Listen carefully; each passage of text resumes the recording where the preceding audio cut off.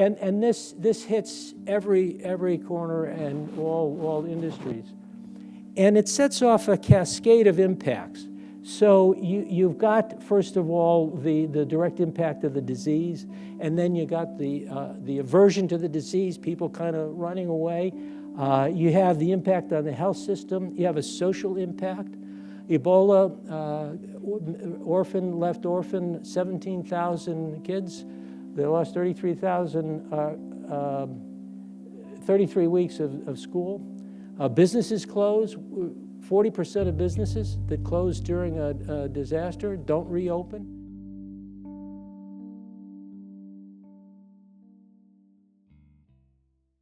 Great Decisions at World Boston is made possible by the Lowell Institute, that beautiful blue logo in the middle, and so we thank them.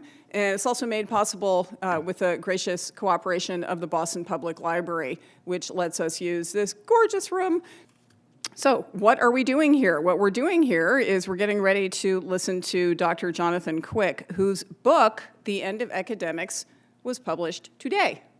So bravo. And it's already been widely covered. He did an interview this morning with CNBC, which I'm sure you can find on their internet thing. And it was reviewed in the Wall Street Journal today, very favorably as well. And he will be doing a so-called cover-to-cover webinar or podcast with our national affiliate, the World Affairs Council of America, on February 15th. So you can dial into that. You don't even have to leave your desk. And also I should mention he's going to be at the Harvard Coop on February 1st. So clearly lots of people think that this is an important topic.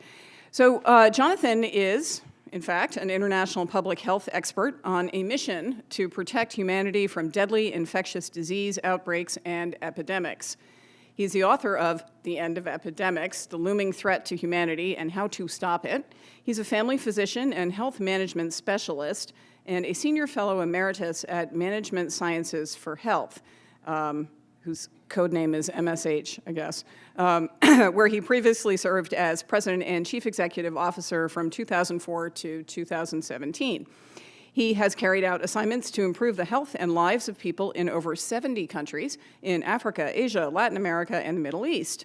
He's on the faculty of Harvard Medical School and currently serves as chair of the Global Health Council, the leading membership organization supporting and connecting advocates and decision makers to deliver life-saving services through equitable, inclusive, and sustainable investments and policies. His op-eds, blogs, and letters have appeared in Time Magazine, The Wall Street Journal, New York Times, Ms. Magazine, Forbes, Huffington Post, WBUR's Common Health, and elsewhere.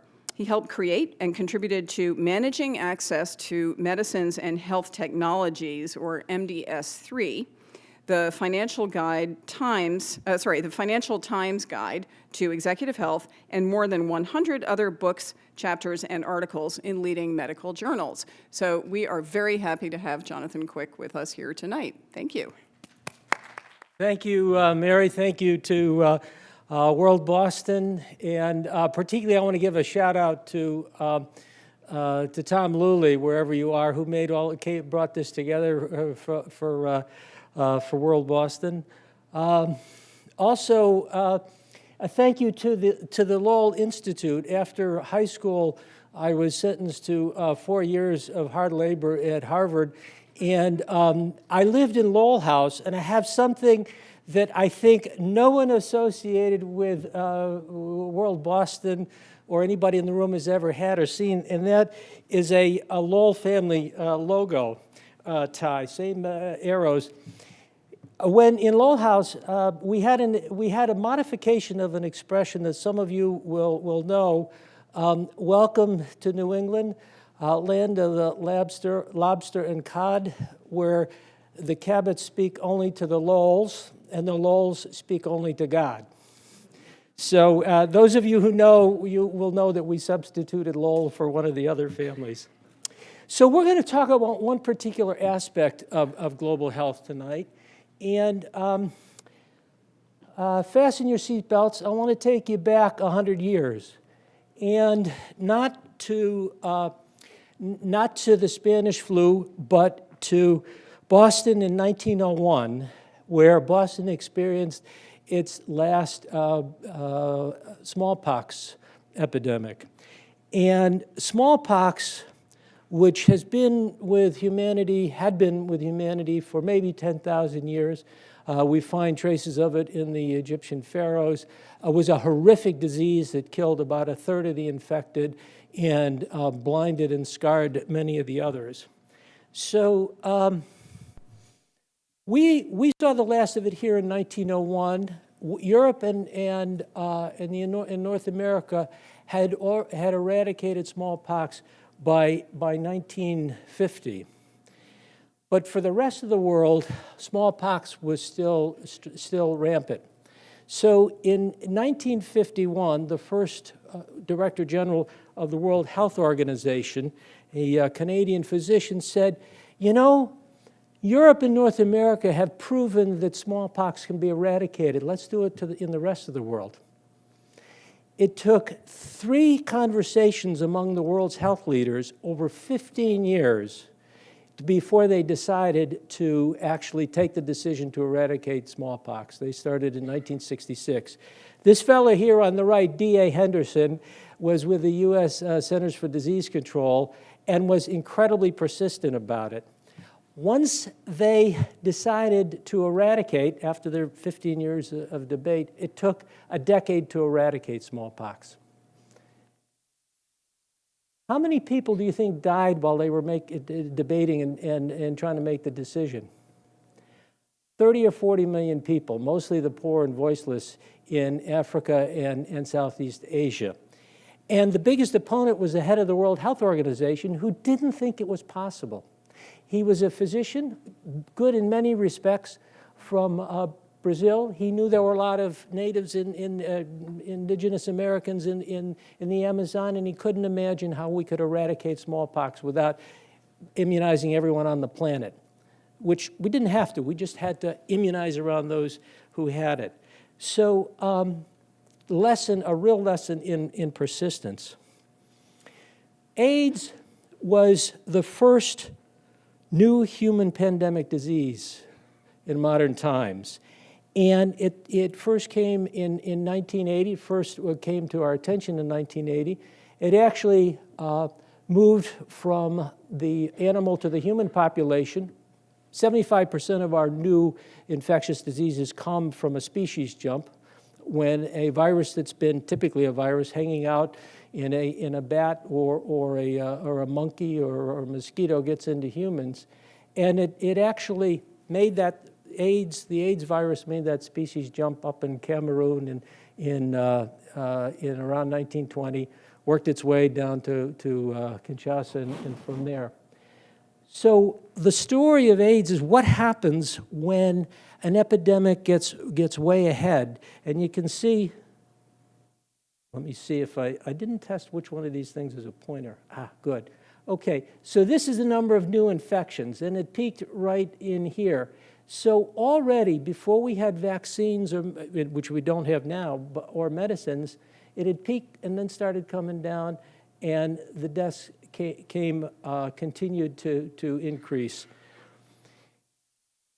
By the year 2000, AIDS, which took 20 years before we got a treatment, had become a chronic disease in the North. It was incredible. In the 3 years between 1997, when the treatment was proven, and 2000, the hospitals in the North were emptied from treatment. But it was still a death sentence in the South. And there was no money, and it wasn't clear that it was possible. And a critical event, and this is an example of the U.S. leading, was President George Bush's 2003 State of the Union address, where he committed to the largest public health treatment program in history. And the takeoff in treatment, and treatment ended up becoming prevention. This was a huge endeavor, and it wasn't just one element. It wasn't just the political leaders or the activists or the public health sector, private sector. It was collective action, and that's what let us tackle this epidemic. In 2003, the first new pandemic disease a disease of pandemic potential for this century came out of China. And it was from a bat into this cute little civet, which unfortunately for the civet was a delicacy bushmeat. And a physician from a part of China ended up in the 9th floor of the Metropole Hotel in Hong Kong. And this was the floor that he was on. These people got infected. We think we know how now, but at the time it was a total mystery. Within a matter of weeks, this new virus was in 27 countries and threatened to become a global pandemic. But because of the rapid action of the World Health Organization, which called a travel alert, what was really notable there was as soon as the World Health Organization got reports from China that there was a new disease that was killing health workers, which is a canary in the coal mine for a new disease, and crossing boundaries. The Director General at the time, Dr. Brundtland, former Prime Minister of Norway, she decided, without any consultation or anything else, on a Saturday morning in March, right in the middle of one of the flights going from China to Toronto, she said, we're calling a global travel alert. And they moved into action, and within 6 months, it was totally wrapped up. The mayor of Toronto was furious because it ended up closing Toronto for a few days. Look at the map for a minute. And if you look at where SARS ended up, and this was the severe acute respiratory syndrome, and it ended up, for the most part, in countries that could pretty rapidly respond. It was a plane ride.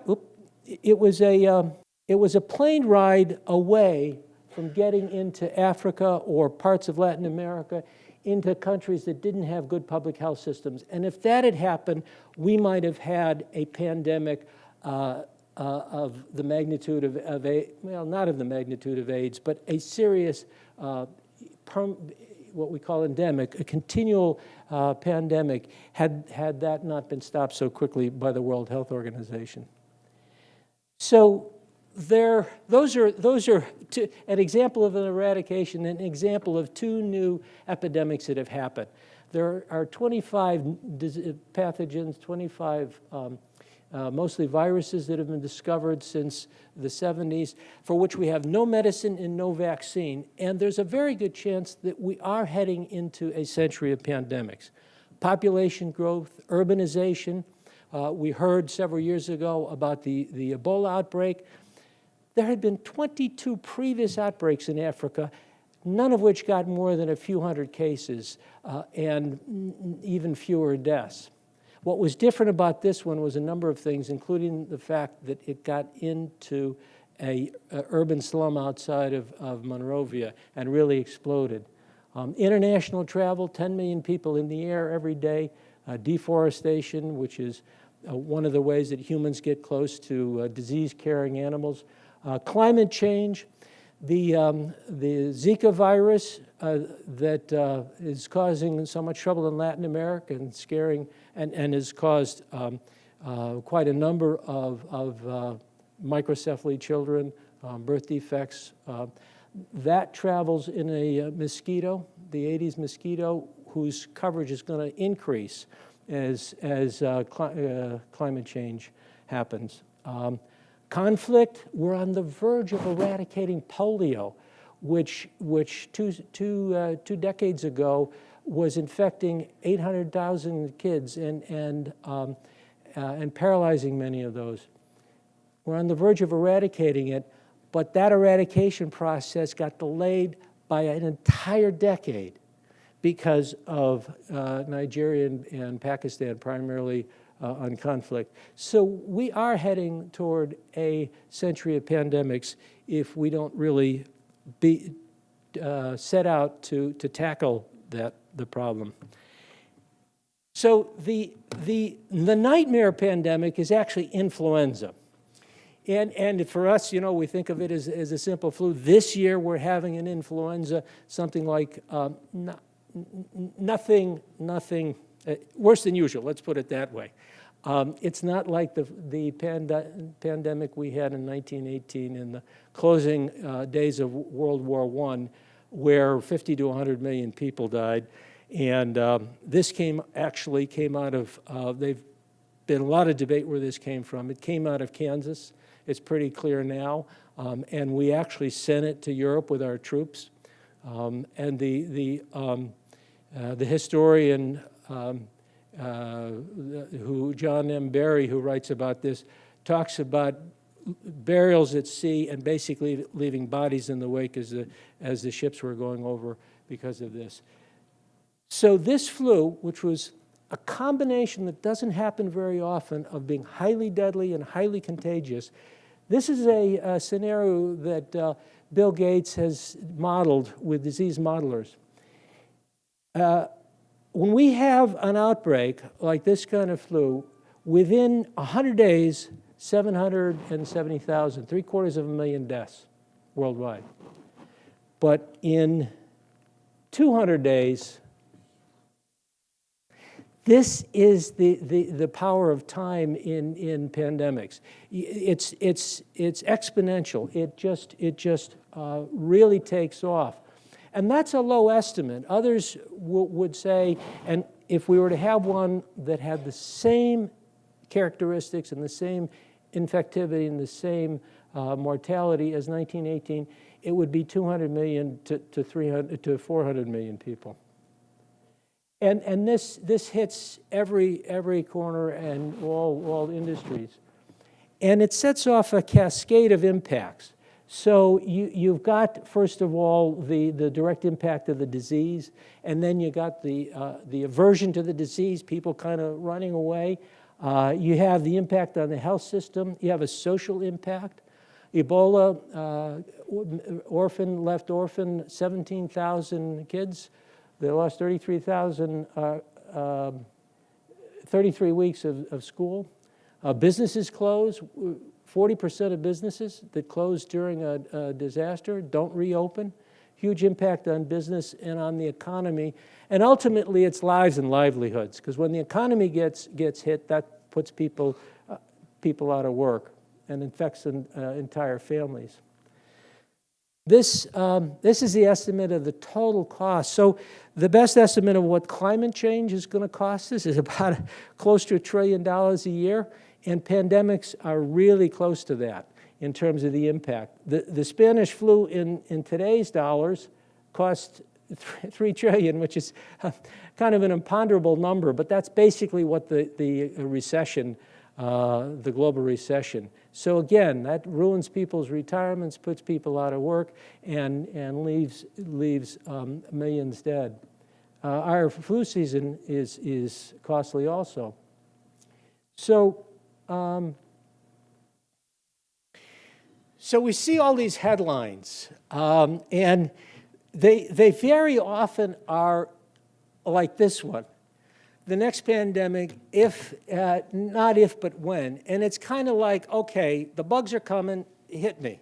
It's sort of like giving in and saying, this is inevitable. But I don't believe it's inevitable.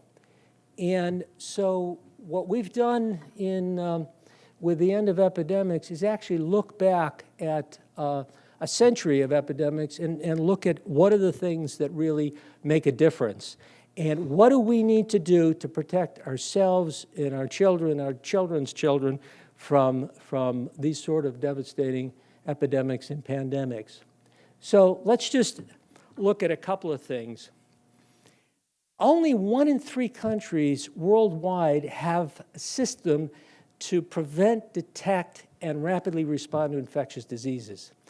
And when we're there is virtually no place on the planet that's more than 36 hours away from major cities. So, a bus ride, a plane ride, and somebody who's just been near a forest and a virus has been spread from a monkey via mosquito to them, they're here, and it can happen quickly.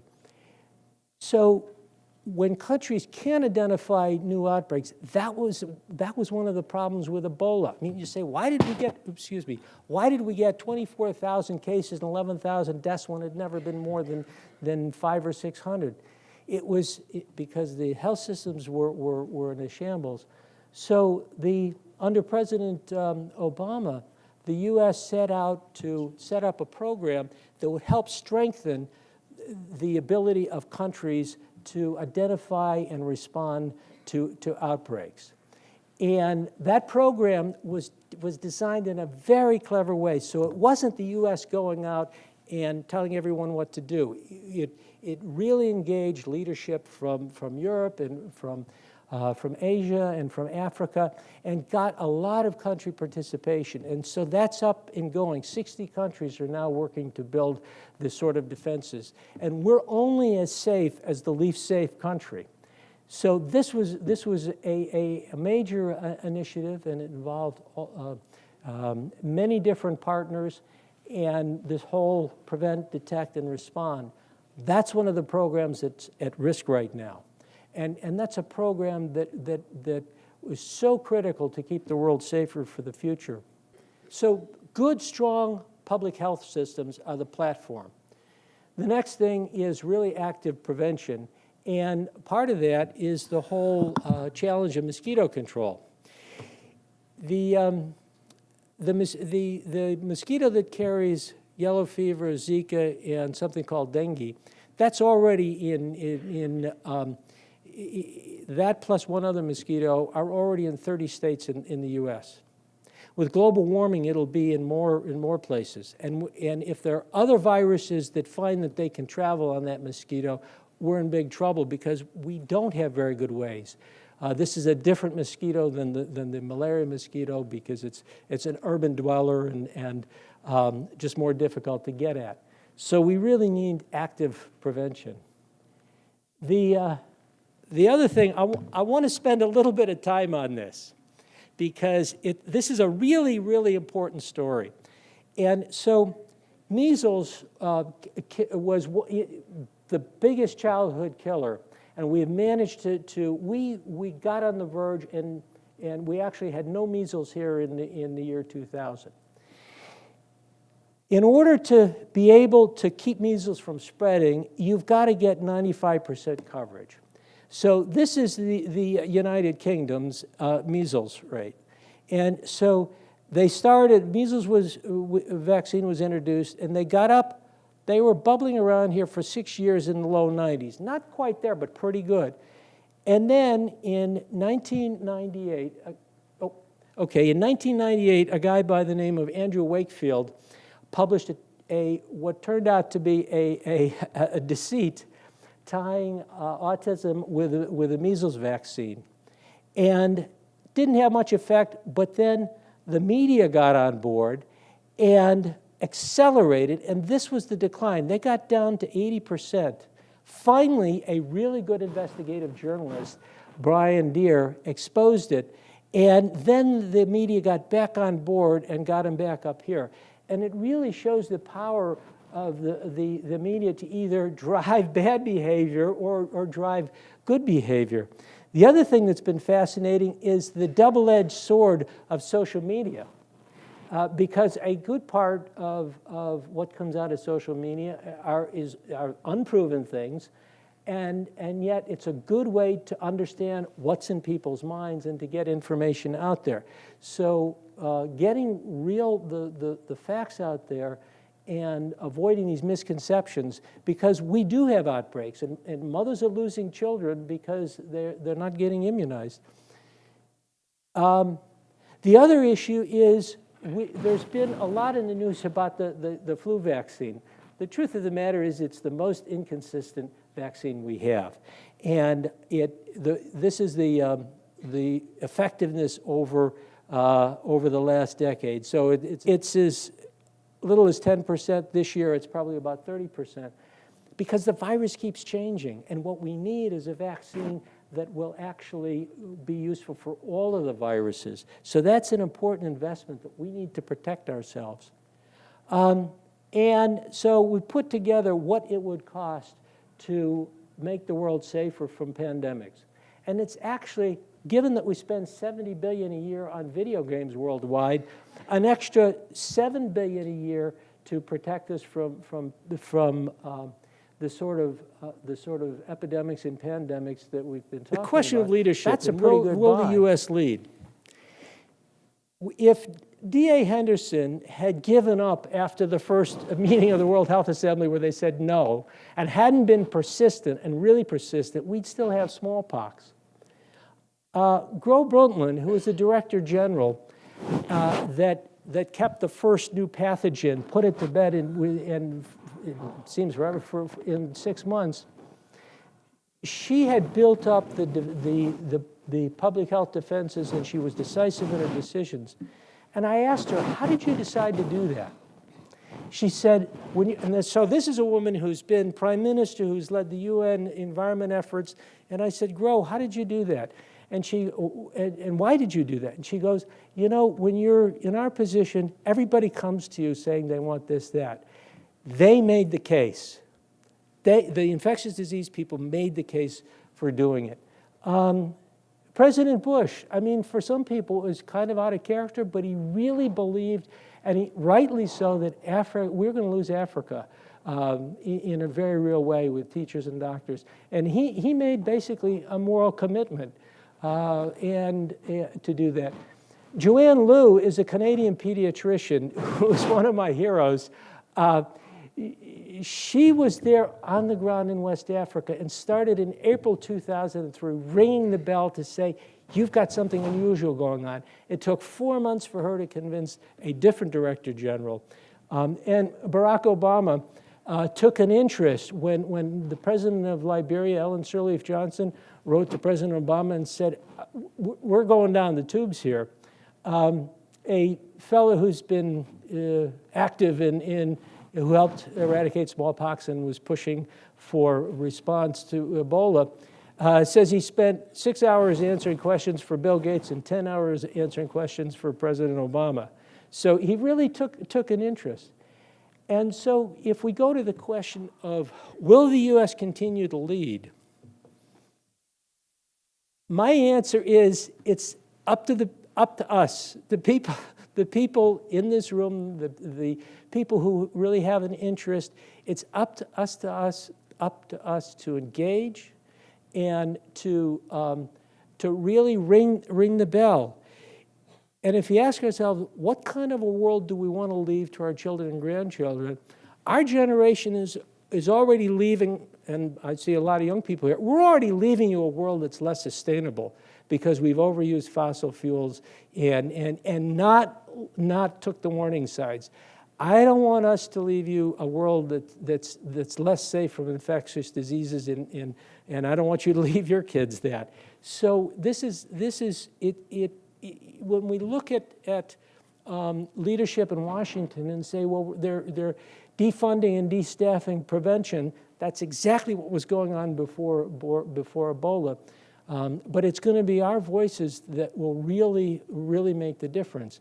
And so, and this is these are some of the action partners we have. If you don't know Global Citizen, which is a global group that attempts to get people of all generations, but very much young people in different countries engaged, I would urge you to get in contact with them and some of the other groups listed here.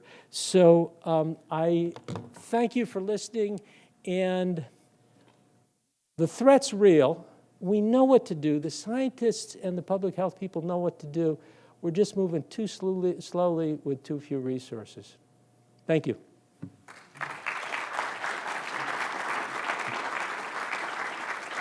Thank you. I was very impressed recently with what California did with regard to measles vaccines. The question is, are there other states that are as vulnerable as California became? And if so, are they doing anything about it? So, yeah, good question. Every state has rules about mandatory vaccination. Where they vary is their exceptions, and California's exceptions just went wild. Minnesota, this fellow, Andrew Wakefield, who wrote the article 20 years ago, He is going around, and Italy had 10,000 measles cases last year. He's still going around and recruiting people. You won't be surprised to hear that he was at the inauguration. So Minnesota, his people got a group of Somali immigrants in Minnesota, and they had an outbreak in Minnesota, the first in a decade or more, of measles, exactly because of that.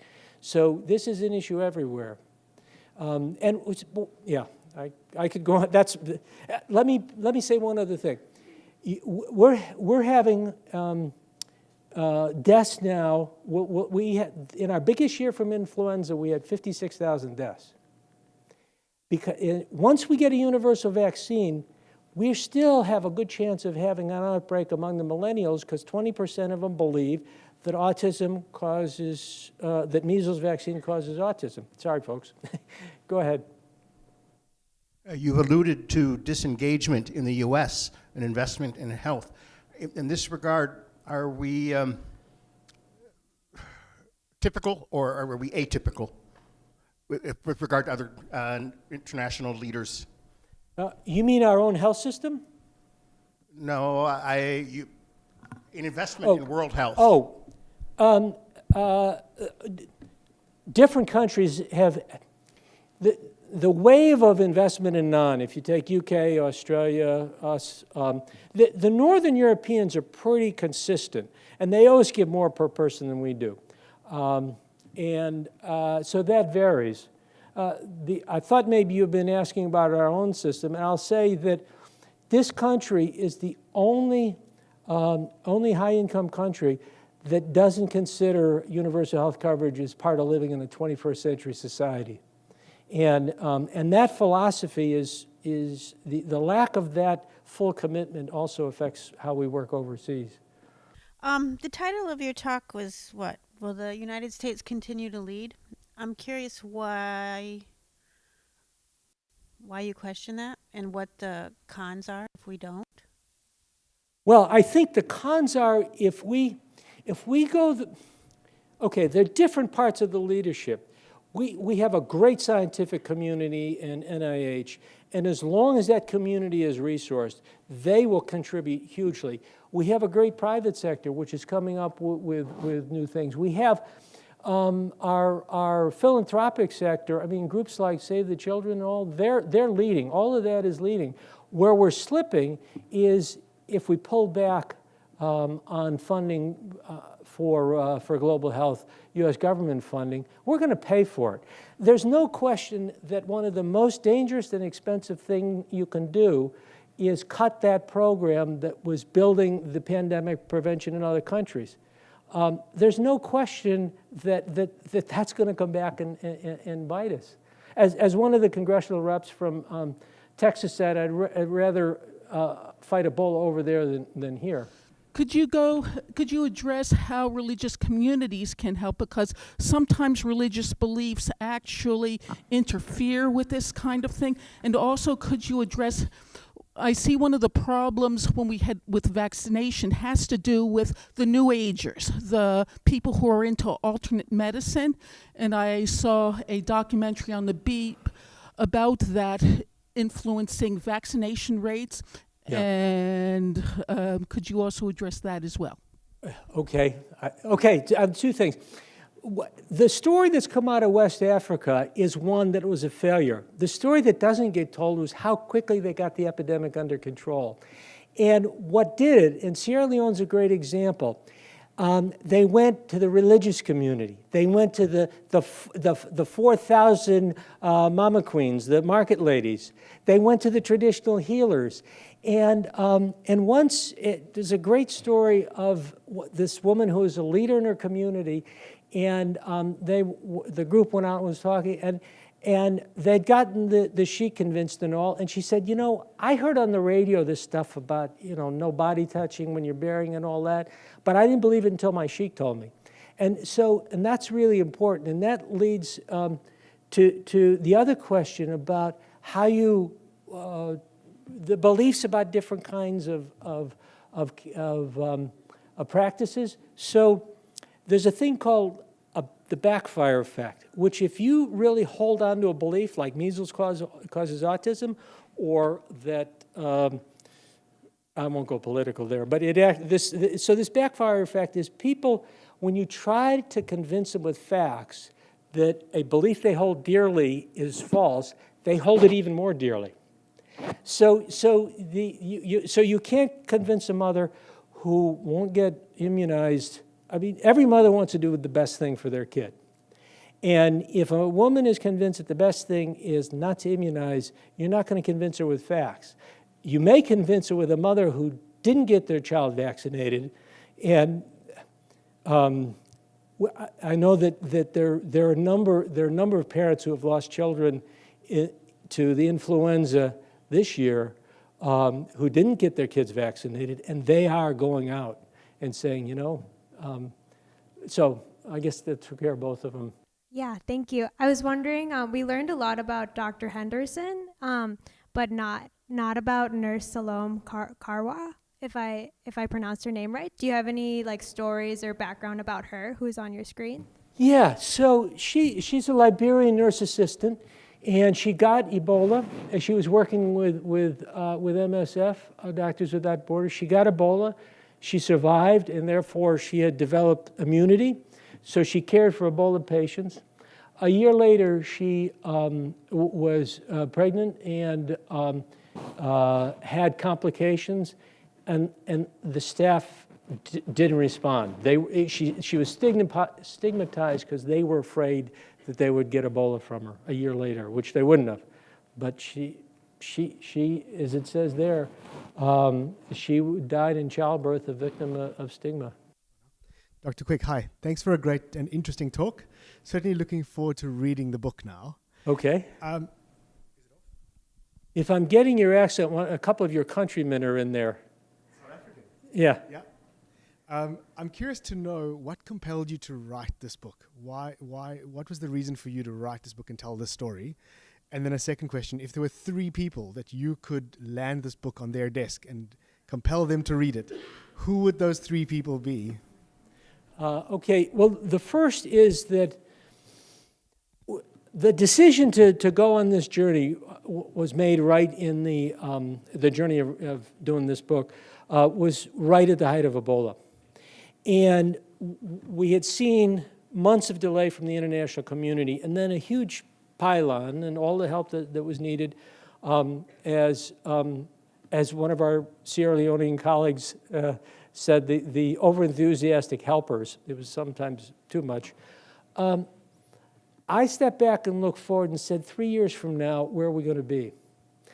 And I knew from past epidemics, I mean, during SARS, after that outbreak, that first pathogen that came out of China, there was volumes of commissions, lots of promises, 2003, to really do things right.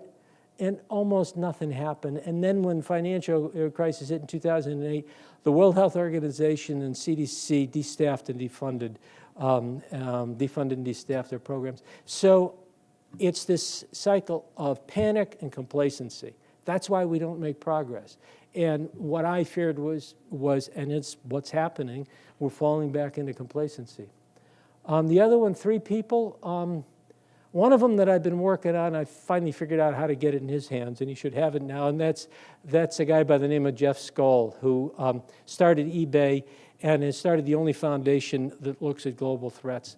Bill Gates, and a third one. I think a third one would be whatever the current generation Bono is. Absolutely, yeah.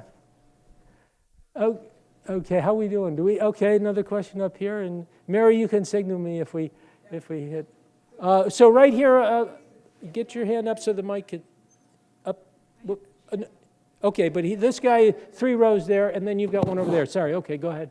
Hi. To your point around past commitments and whatnot falling to the side and complacency redeveloping, I'm wondering what your thoughts are on some of the initiatives that have come out of the Ebola crisis, such as the R&D blueprint, CEPI, and things like that, and the potential that they might have in actually making a difference. So actually, that's a good point, because there was, for the first 2 years, right after Ebola, there was a huge outpouring of interest, and the World Bank set up a pandemic emergency fund, and the Scandinavians with others set up CEPI, a entity to do new vaccines, and there's been a lot of response, a private sector mobilization group, roundtable, and all of that is fantastic. The challenge now is keeping it going and keeping the momentum. And even so, one of the innovations is $1 billion a year to get vaccines for diseases for which we don't have anything. And if a cousin of the SARS virus goes global, we're cooked, because the $1 billion is what we need. The group that's trying to do that has $500 million a year, has $500 million for 5 years. So the answer is they're great initiatives, but they're not getting the support that they need. Okay.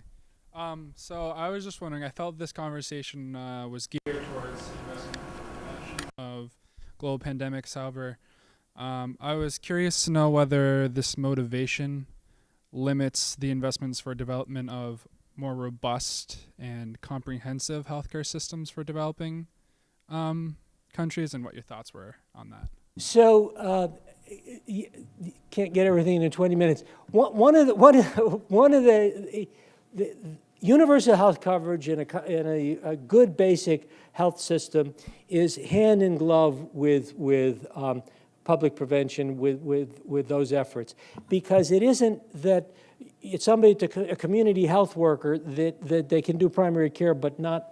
They either do primary care or they do outbreak detection. No, they can be aware of new efforts.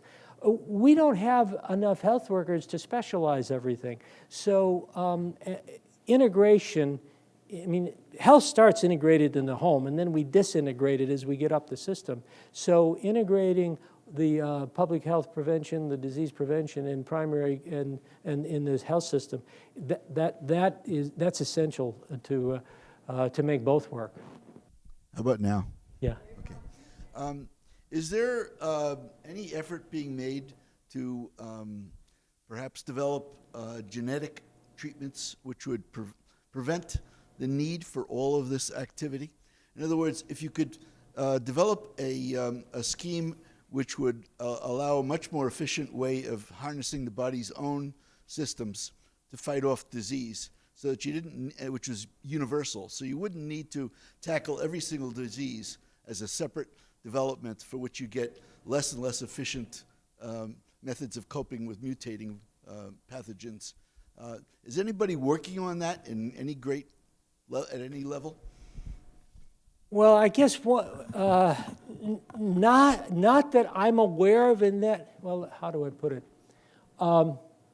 Yeah, they're something that gets everything. I mean, the human body is an amazing entity, and the more you get into it, the more you see how complex and intertwined. I guess my answer to that is that, depending on when you start counting, we've had 1 million years or 200,000 or 70,000, developing a system that actually overall works pretty well in identifying our immune system, identifying invaders and getting and taking care of them.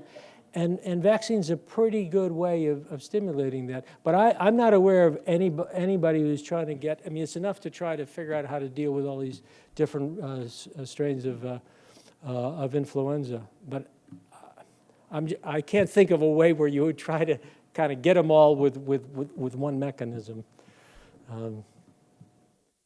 Yeah, last question in the back. Where are we? Yeah. Would you please share your thoughts on the role of private sector financing such efforts? I mean, assuming business people are more rational than politicians when it comes to risk mitigation. Yes, risk management. I have to say I am really tickled that the Wall Street Journal has taken the most interest in this. They ran a piece last weekend that we did, and then did a really nice review, because I actually think, I agree with you, I think although both business leaders and political leaders are subject to the economics and politics of now, I think they're thinking farther. But it has to be depending on the target. If there's a market, AIDS was a good example of where the private sector worked really well once it got going. And it took a little bit from the activists to get him going.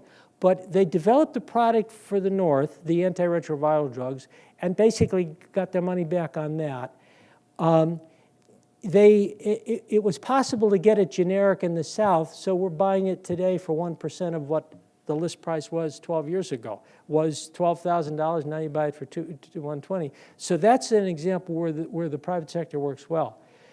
The universal flu vaccine, it's got to be a partnership because the private sector has the know-how, but it's a little bit tougher to make the business case. And what this entity, this European entity I mentioned called CEPI, they've actually got it mapped out, so they've figured out where the private sector, where it will work for the private sector, and they're really good at then saying, okay, you need help with the regulatory part or this part.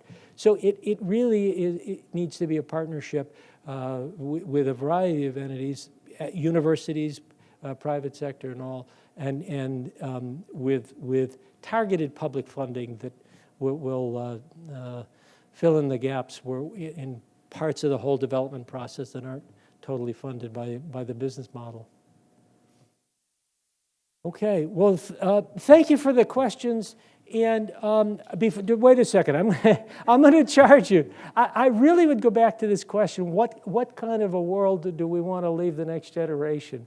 And I really think that's what this is about. And so think about how you can be part of that and pass on the word, and not necessarily on infectious diseases, but just making the world a healthier place in whatever ways we can. So thank you.